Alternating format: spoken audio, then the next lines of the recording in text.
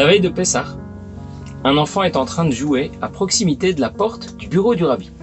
Et tout à coup, le rabbi sort de son bureau, il voit cet enfant jouer et il lui demande « Pourquoi tu n'es pas en train d'étudier la Torah ?» Et l'enfant lui répond « C'est les vacances de Pessah. L'école est fermée, on n'étudie pas. » Alors le rabbi insiste « Mais pourquoi tu n'es pas en train d'étudier la Torah ?» L'enfant est un peu confus et il répond encore une fois « L'école est fermée, c'est les vacances. » Le rabbi a bien saisi que cet enfant n'avait pas compris sa question. Alors il a pris un livre. Il l'a ouvert à la dernière page, il le lui a montré et il lui a dit « Tu vois combien de pages il y a dans ce livre? Et tu vois combien de livres comme celui-là il y a dans la bibliothèque? Comment vas-tu faire pour connaître toute la Torah si tu ne l'étudies pas ?» Une autre fois, un des vieux chassidim a eu l'audace de demander au rabbi pourquoi il ne prenait pas de vacances de temps en temps. Les autres rébéim qui l'ont précédé prenaient parfois un peu de temps pour se reposer, pour changer d'air, reprendre des forces. Le rabbi lui a répondu avec un grand sourire. À l'époque, les chassidim étudiaient la Torah jour et nuit, ils se consacraient à la prière, au service de Dieu. Alors le rabbi pouvait se permettre de voyager, de prendre un peu de repos. À notre époque, les chassidim se permettent de voyager, de prendre un peu de repos. Alors le rabbi doit être à son poste. Il ne peut pas s'absenter pour voyager. Le rabbi n'a ainsi quasiment jamais voyagé. Le mot vacances signifie libre, vacant, vide.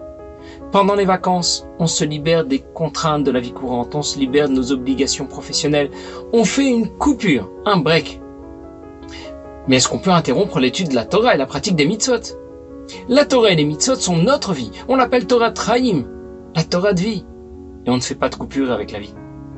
L'étude de la Torah, la pratique des mitzvot ne font pas seulement partie de nos obligations, elles sont indissociables de notre vie.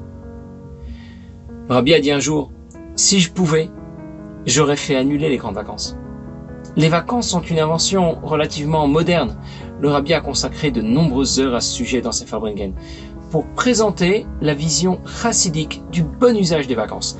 Il nous demande d'utiliser convenablement ces moments de libre pour étudier la Torah avec plus de profondeur, prendre le temps de prier avec plus de ferveur.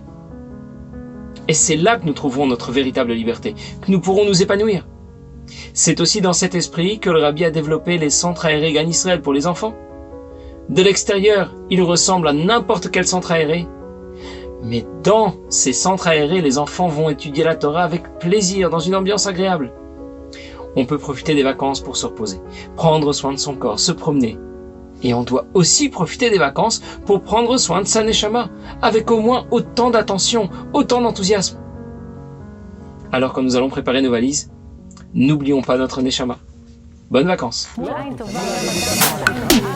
Moment of Wisdom, some brief and life-changing moments. Join us. Subscribe to Moment of Wisdom channels on YouTube, Telegram, Facebook, Instagram, and WhatsApp.